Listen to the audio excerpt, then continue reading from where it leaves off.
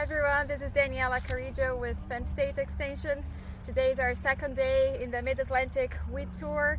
Yesterday I joined a group here in the eastern part of PA and we visited some fields, did some yield estimates, looked at wheat quality as well. Today you can show the folks down there. We're having a field day in the afternoon and then we're heading out to dinner to discuss what all the different groups saw later in the day. For this year, at least in eastern part of Pennsylvania, the group that I joined yesterday, we generally saw some average to below average yields, at least based on our yield estimates. At this point, most of the wheat we saw was in the milky stage yet, so there's still, some time to go to harvest. A couple of things we saw: no lodging at all. That was somewhat expected this year. The wheat crop was generally shorter, so we didn't see any wheat down. I did hear from some folks who were in the eastern shore of Maryland, and they saw a lot of lodging over there, so we'll see some differences there. A couple other things we saw this year that were interesting is a lot of powdery mildew, and I got a leaf here to show some of the symptoms.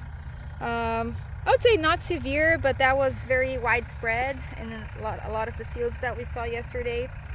And this is related to the cooler conditions that we had this year. Another one that I was talking to our plant pathologist, he said that is also related to the cooler weather we've had this year. This is a very atypical one. This is tripe rust. We almost never see that here in Pennsylvania. When I worked in Oregon, we saw a lot of that down there.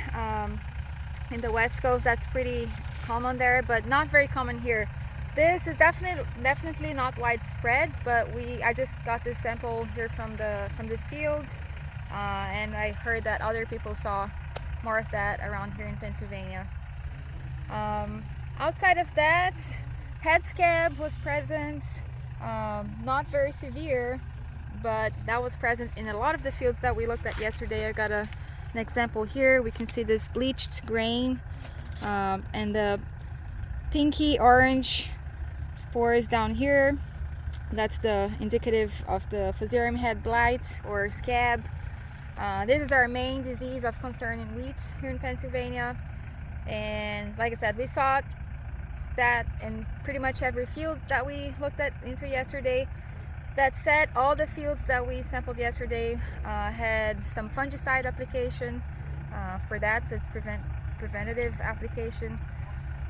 We just looked at some test plots around here in the research farm that had a lot of scab, and those were not sprayed with the fungicide. So this year probably paid off to get that fungicide application on for scab.